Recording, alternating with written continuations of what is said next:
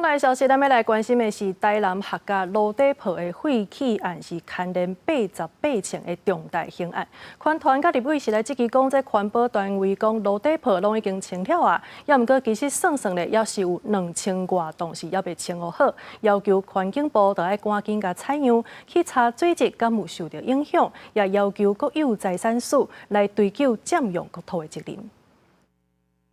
水都不一样，水的颜色都不一样啊。客家路屎废弃案案发地点的里长出面质疑路屎根本无清完，因为现场的水质水色唔对，味阁真臭。因为这件路屎的废弃案牵连88枪击的重大刑案，检方依法起诉前民进党中执委郭在钦，专案当由司法执行里长。后续路屎的处理，虽然环保单位讲路屎已经清完啊，不过除了里长伫质疑路屎无清完，环团嘛质疑经过估算，差不多还有2000多栋无清。起诉书是记载8400多吨，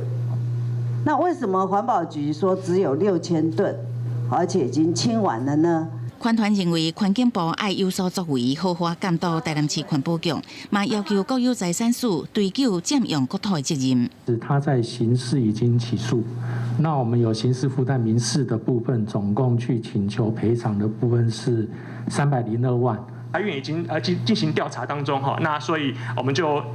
是目前是依照检察院的那个调查办理，我们后续会依照检察院的调查报告，我们来办理后续的事宜。参加会议的立委、民众党立委陈昭珠要求环境部应该安排现场勘验采样，追究水质是不是有受影响，并督导台南市环保局确实爱清除，嘛呼吁检调，搁再针对是不是肇事清除的部分进行司法追查。